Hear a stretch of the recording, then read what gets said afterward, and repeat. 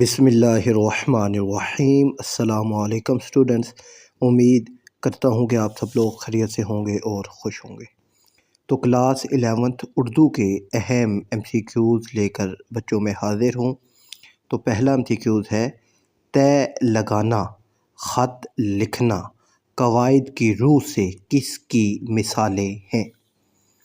تو اب طے لگانا اور خط لکھنا، یہ آپ کا درست جواب جو ہے وہ ہے مرکب مصادر۔ اب مرکب مصادر کیا ہوتے ہیں بچوں؟ کہ ان میں اسم اور فعل دونوں موجود ہوتے ہیں، ٹھیک ہے۔ اب دیکھیے، طے اسم ہے اور لگانا فعل ہے، خط اسم ہے اور لکھنا فعل ہے۔ تو مرکب مصادر اسم اور فعل سے مل کر اور ایک نیا لفظ بناتے ہیں، ٹھیک ہے۔ اور مرکب اضافی، یہ وہ مرکب ہوتے ہیں جو دو اسموں کے درمیان تعلق کو ظاہر کرتے ہیں، جیسے روشن دان یا کتاب خانہ وغیرہ، ٹھیک ہے۔ اور فعل ناقص، یہ وہ فعل ہوتے ہیں جو مکمل معنی نہیں دیتے۔ اور مرکب عطفی وہ مرکب ہوتے ہیں جس میں دو اسم یا دو فعلوں کو حروف عطف، اب حروف عطف واو یا اور جن میں پایا جاتا ہے، جیسے رات اور دن، پڑھنا اور لکھنا وغیرہ۔ تو یہ مرکب عطفی ہوتے ہیں۔ دوسرا MCQs ہے بچوں، قافیے کے بعد آنے والے ایک جیسے الفاظ کیا کہلاتے ہیں؟ تو قافیے کے بعد آنے والے ایک جیسے الفاظ ردیف کہلاتے ہیں، ٹھیک ہے۔ جیسے اب یہ شعر ہے آپ کے سامنے اسکرین پر، آدمی آدمی سے ملتا ہے، دل مگر کم کسی سے ملتا ہے۔ اب آدمی اور کسی یہ قافیہ ہے، اور ملتا ہے یہ ردیف ہے، ٹھیک ہے نا۔ قافیے کے بعد آنے والے ایک جیسے الفاظ ردیف کہلاتے ہیں۔ مشترک، اب مشترک وہ الفاظ ہوتے ہیں جو ایک سے زیادہ معنی رکھتے ہیں، ٹھیک ہے۔ اب جیسے آپ کو میں مثال دوں تو اب ہم کہتے ہیں کہ جی کل، اب کل جو ہے یہ اس کے اب دو معنی ہو سکتے ہیں، ٹھیک ہے۔ ایک آنے والا کل یا ایک گزرا ہوا کل، ٹھیک ہے نا۔ یہ مشترک الفاظ ہوتے ہیں۔ اور مشتق وہ الفاظ جو کسی اصل مصدر سے بنائے جاتے ہیں، جیسے کہ پڑھنا سے پڑھنے والا، ٹھیک ہے۔ تو اس طرح لکھنا سے لکھنے والا، تو یہ وہ الفاظ ہوتے ہیں مشتق۔ اور مصدر یہ فعل کی جو اصل شکل ہوتی ہے اسے مصدر کہتے ہیں، لکھنا، پڑھنا وغیرہ۔ اور پھر ہے بچوں آپ کے پاس تیسرا MCQs ہے، گورِ سکندر کس صنعت کی مثال ہے؟ تو اب گورِ سکندر نہ قبر دارا، مٹے نامیوں کے نشاں کیسے کیسے، تو یہاں پر یہ صنعت تلمی ہے، ٹھیک ہے۔ صنعت تلمی کیا ہوتی ہے؟ جس میں کسی قرآنی واقعے، قرآنی آیت یا کسی واقعے کی طرف اشارہ کیا جائے کہ جسے پڑھ کے پورا واقعہ ذہن میں آ جائے۔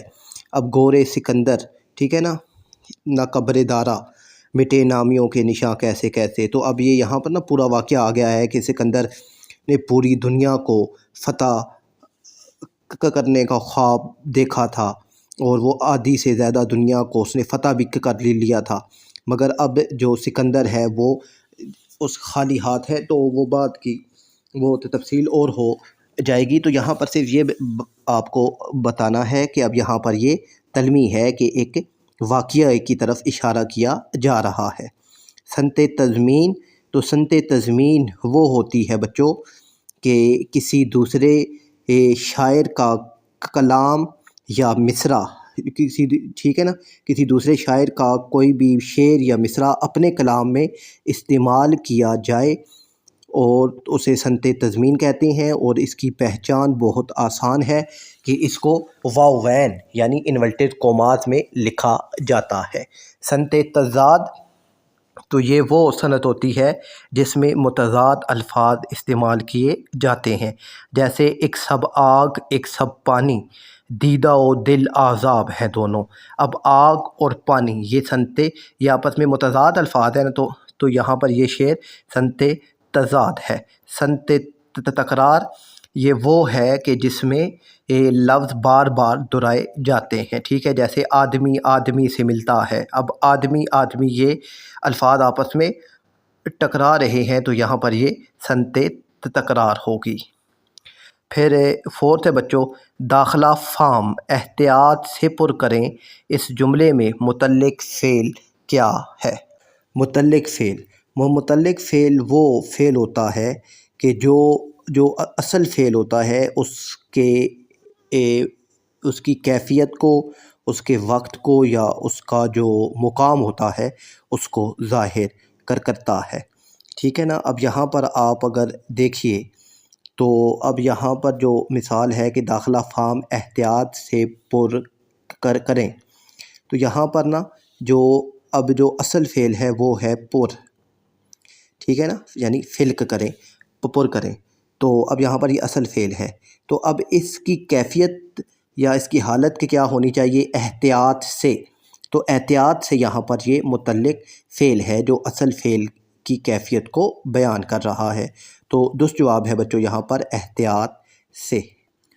ففتھ ہے بچوں، دو یا دو سے زیادہ الفاظ کا حقیقی کے بجائے مجازی معنی میں استعمال یہ محاورہ کہلاتا ہے، ٹھیک ہے۔ دو یا دو سے زیادہ الفاظ جب حقیقی معنی کے بجائے مجازی معنی میں استعمال ہوں تو وہ محاورہ ہوتا ہے، جیسے آسمان سے باتیں کرنا، تو اب آسمان سے باتیں کرنا، اب ان کا اصل مطلب اور ہے مگر مجازی معنی میں اس کا استعمال ہوگا کہ بہت زیادہ اونچا ہونا، ٹھیک ہے۔ اور قافیہ اور ردیف آپ کو پتہ ہے۔ اور روزمرہ، تو روزمرہ اہل زبان ہم جو روز بولتے ہیں، جو ایک دوسرے سے بات چیت کرتے ہیں، تو یہ روزمرہ ہوتا ہے، ٹھیک ہے۔ اہل زبان کی بول چال کو روزمرہ کہتے ہیں۔ سکس ہے بچوں، رشتہ داروں کو لکھے گئے خطوط کیا کہلاتے ہیں؟ تو رشتہ داروں کو، دوستوں کو لکھے گئے جو خطوط ہوتے ہیں وہ غیر رسمی خطوط ہوتے ہیں، ٹھیک ہے، وہ غیر رسمی، یعنی ان میں آپ مزاحیہ الفاظ یا جو بھی لکھ سکتے ہیں اور ایک دوسرے کا حال احوال بھی پوچھ سکتے ہیں، تو یہ غیر رسمی خطوط ہوتے ہیں۔ اور بچوں جو ہیں رسمی خطوط، ٹھیک ہے نا، غیر رسمی اور رسمی خطوط ان کے بارے میں بھی پتہ ہونا چاہیے۔ تو رسمی خطوط وہ خطوط ہوتے ہیں جو آپ کسی سرکاری ادارے کو لکھتے ہیں، ٹھیک ہے نا، یا آپ اگر کہیں ملازمت کرتے ہیں تو آپ دفتر کے کسی جو بڑا آفیسر ہے اس کو جو خط لکھتے ہیں، مہذب زبان استعمال کرتے ہیں، تو وہ رسمی خطوط کہلاتے ہیں۔ اور بچوں مستقل خطوط یہ وہ خطوط ہوتے ہیں جن کا جو ایک ہی جیسے خطوط بار بار جو لکھے جاتے ہیں انہیں مستقل خطوط کے کہتے ہیں، جیسے کہ اب کوئی داخلہ فارم ہوتا ہے، ٹھیک ہے نا، اب داخلہ فارم ہے تو وہ ایک ہی جیسا ہوتا ہے، تو اس طرح کے جو خطوط ہوتے ہیں وہ مستقل خطوط ہوتے ہیں۔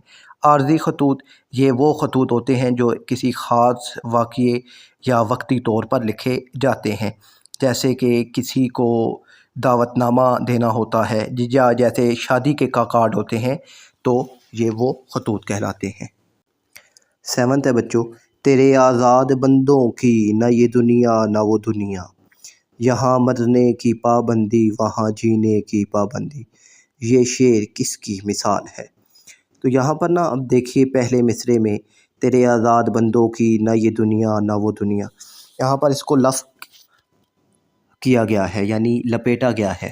دوسرے مصرعے میں اس کو نشر کر دیا گیا ہے یعنی پھیلا دیا گیا ہے، یہاں مرنے کی پابندی وہاں جینے کی پابندی، تو یہاں پر یہ سنت لف و نشر ہے، یہ اس کا درست جواب ہے۔ سنت تضمین یہ آپ کو معلوم ہے کہ کسی دوسرے شاعر کا شعر یا مصرع اپنے کلام میں لے کر آنا اور اس کو واوین یعنی انورٹڈ کوماز میں لکھنا۔ سنت تجنیس یہ وہ صنعت ہوتی ہے جس میں وہ الفاظ استعمال کیے جاتے ہیں جن کی املا جو ہے یعنی جن کو لکھا ایک جیسا ہی جاتا ہے، یعنی ذو معنی الفاظ استعمال کیے جاتے ہیں۔ اور اب اس کی مثال دوں میں آپ کو تو زمین پر پڑا ہے۔ اب ایک پر کا مطلب ہے زمین کے اوپر، اور دوسرے کا مطلب ہے کہ اب جو پرندے ہیں ان کے جو پر ہوتے ہیں۔ صنعت تکرار، تو یہ بھی آپ کو معلوم ہے کہ الفاظ کا آپس میں ٹکراؤ ہوتا ہے، یعنی ایک ہی الفاظ یا ایک سے زیادہ الفاظ بھی بار بار دہرائے جا سکتے ہیں، ٹھیک ہے۔ جیسے ایک شعر ہے کہ پتھر کو گہر کہہ کہہ کر، تو اب یہ کہہ جو ہے یہ صنعت تکرار ہے۔ 8واں ہے بچوں، اکرم کے ہاتھ سے قلم گر پڑا۔ اس جملے میں معاون فعل کیا ہے؟ تو معاون فعل یا امدادی فعل وہ فعل ہوتے ہیں بچوں کہ جو اصل فعل کے ساتھ آ کر اس کے معنی میں تبدیلی کرتے ہیں۔ جیسے کہ اب یہاں پر گر یہ اصل فعل ہے، اور پڑا یہ معاون فعل ہے، ٹھیک ہے، یعنی امدادی فعل ہے۔ 9واں ہے، جوانی 4 دن کی ہے۔ یہ جملہ کس کی مثال ہے؟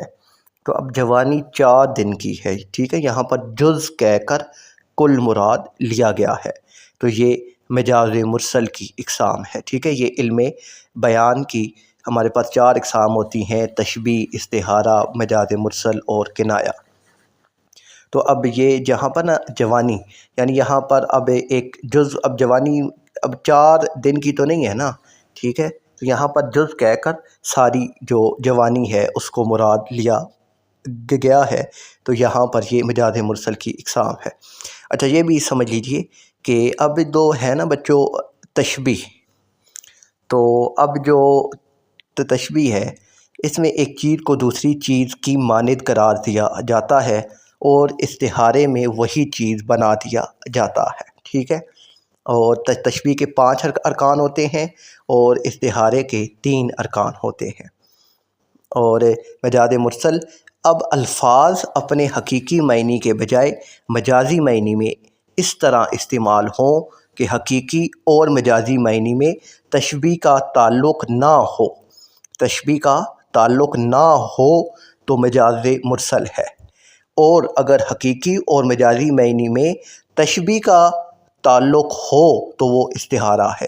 اور کنایہ جس میں چھپی ہوئی بات، مبہم بات، پوشیدہ بات بیان کی جاتی ہے، جیسے کہ میاں کچھ تو خیال کرو، بالوں میں چاندنی اتر آئی ہے۔ اب یہاں پر نا چاندنی چھپی ہوئی بات ہے، یعنی بال سفید ہو گئے ہیں، ٹھیک ہے۔ اور پھر 10واں ہے بچوں، لفظ ڈرامہ کے کیا معنی ہے؟ تو لفظ ڈرامہ کے معنی ہے کچھ کر کے دکھانا۔ ڈرامہ یہ بچوں یونانی زبان کے لفظ ڈراؤ سے نکلا ہے، اور اس کا لفظی جو مطلب ہے وہ ہوتا ہے کچھ کر کے دکھانا یا کچھ کرنا۔ 11 ہے بچوں، صبح آیا جانب مشرق نظر، ایک نگار آتشیں رخ سر کھلا۔ یہ شعر کس کی مثال ہے؟ تو یہاں پر نا اب صبح کو نگار آتشیں یعنی ایک خوبصورت چہرے والی حسینہ سے براہ راست ملا دیا گیا ہے، ٹھیک ہے نا۔ تو یہاں پر یہ جہاں پر براہ راست یا وہی چیز بنا دیا جائے تو اسے استعارہ کہتے ہیں، ٹھیک ہے۔ یہاں پر اگر کی طرح یا کی مانند کہا جاتا تو وہ تشبیہ ہوتا۔ یہاں پر درست جواب ہے بچوں آپ کا جو ہے آپشن استعارہ۔ اور 12 ہے، واوین میں لکھا گیا مصرع کس صنعت کی مثال ہوتا ہے؟ تو واوین میں لکھا گیا جو مصرع ہے یہ صنعت تضمین کی مثال ہوتا ہے، ٹھیک ہے۔ باقی جو صنعتیں ہیں لفظ و نشر، تضمین اور تلميح، یہ میں نے پہلے آپ کو بتا دیا ہے۔ اور نیکسٹ ہے بچوں، درج شدہ الفاظ میں سے سلینگ الفاظ کی نشاندہی کیجیے۔ تو سلینگ الفاظ اب سلینگ الفاظ بچوں وہ الفاظ ہوتے ہیں جنہیں ہم لوگ غیر رسمی طور پر اپنی روزمرہ کی گفتگو میں استعمال کرتے ہیں، یعنی طنز و مزاح میں استعمال کرتے ہیں، جیسے کہ سین بن گیا ہے، ٹھیک ہے، جیسے لوٹا، ٹھیک ہے نا۔ تو اب یہ الفاظ استعمال کرتے ہیں، تو غیر رسمی الفاظ ہوتے ہیں اور مزاحیہ اور طنز کے طور پر استعمال کیے جاتے ہیں۔ یہاں پر جو ہے وہ ہے فلائنگ کوچ، ٹھیک ہے نا، یعنی بہت تیزی سے سفر کرنے والی جو کوئی گاڑی ہے، تو ہم اس کو بعد میں کیا کہتے ہیں کہ یہ فلائنگ کوچ ہے، پریشان نہ ہو، جلدی پہنچ جائے گی، ٹھیک ہے۔ تو اس طرح کے جو الفاظ ہیں وہ سلینگ الفاظ کہلاتے ہیں۔ 14 ہے، ماں نے کہا میری گڑیا آ گئی۔ یہ جملہ کس کی مثال ہے؟ اب ماں نے نا ڈائریکٹ اپنی بیٹی کو گڑیا بنا دیا ہے، ٹھیک ہے، ٹھیک ہے، میری بیٹی گڑیا جیسی ہے، یہ نہیں کہا، تو یہاں پر یہ استعارہ کی مثال ہے، ٹھیک ہے، یہ استعارہ کی مثال ہے۔ 15 ہے، ذرے ذرے کی شہادت کہ خدا ہے موجود، یہ مصرع کس کی مثال ہے؟ اب ذرے ذرے، یہاں پر ہم دیکھیں یہ دونوں الفاظ آپس میں ٹکرا رہے ہیں، تو یہ صنعت تکرار کی مثال ہے، ٹھیک ہے۔ اور صنعت مرحت النظیر، اب یہ وہ صنعت ہوتی ہے کہ جس میں نا جو شاعر ہوتا ہے وہ اپنے کلام میں ایک چیز کا ذکر کرتا ہے، پھر اس کی مناسبت سے اور چیزوں کا ذکر کرتا ہے، جیسے کہ جس کھیت سے دہقان کو میسر نہ ہو روزی، اس کھیت کے ہر گوشہ گندم کو جلا دو۔ اب دہقان کا ذکر کیا، یعنی کسان کا ذکر کر کے پھر اس سے ملتی جلتی تمام چیزوں کا دوسرے مصرعے میں ذکر ہو رہا ہے، کھیت، گندم، گوشہ، تو یہاں پر یہ صنعت مرحت النظیر ہے۔ 16 ہے بچوں، ظرف کہہ کر مظروف مراد لینا۔ تو اب ظرف کہہ کر مظروف مراد لینا یا مظروف کہہ کر ظرف مراد لینا، جز کہہ کر کل مراد لینا، کل کہہ کر جز مراد لینا، سبب کہہ کر مسبب یا مسبب کہہ کر سبب مراد لینا، ماضی کہہ کر حال یا حال کہہ کر ماضی مراد لینا، تو یہ ساری جو ہیں یہ مجاز مرسل کی اقسام ہیں۔ 17 ہے بچوں، بلاتا لاکھ ہوں، بلاتا لاکھ ہوں لیکن برابر یاد آتے ہیں، الہی ترک الفت پر وہ کیوں کر یاد آتے ہیں، یہ شعر کس کی مثال ہے؟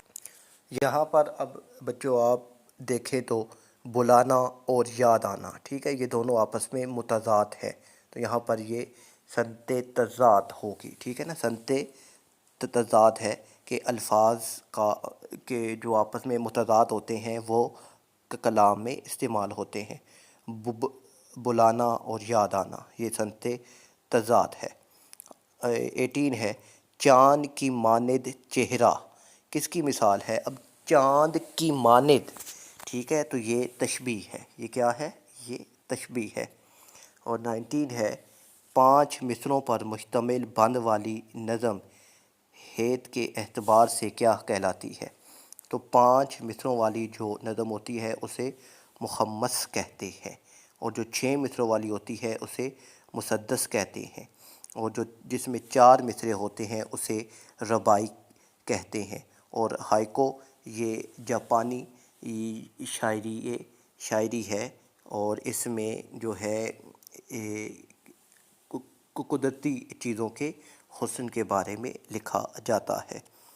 اور 20 ہے، مطلع کی بنیادی پہچان کیا ہے؟ تو مطلع کا لفظی مطلب ہے طلوع ہونے کی جگہ، تو غزل، پابند نظم اور قصیدے کے پہلے شعر کو مطلع کہتے ہیں، جس کے دونوں مصرعے آپس میں ہم قافیہ اور ہم ردیف ہوتے ہیں، ٹھیک ہے نا۔ اب ہم قافیہ اور ہم ردیف ہونے کا کیا مطلب ہے؟ تو آپ 17 MCQ کو دیکھیے ذرا، یاد آتے ہیں، یاد آتے ہیں، یہ ردیف ہے، برابر اور کر یہ قافیہ ہے۔ تو اب یہ جو ہے یہ پہلا شعر ہے، تو پہلا شعر اس کی مثال ہے، یعنی پہچان ہے مطلع کی۔ مجھے امید ہے بچوں یہ MCQs آپ کو سمجھ آ گئے ہوں گے، اور میں نے جن الفاظ یا جن سنتوں کی تعریفیں آپ کو بتائی ہیں تو وہ تعریفیں بھی آپ کو یاد ہو گئی ہوں گی۔ اپنا خیال رکھیے گا۔ اللہ حافظ۔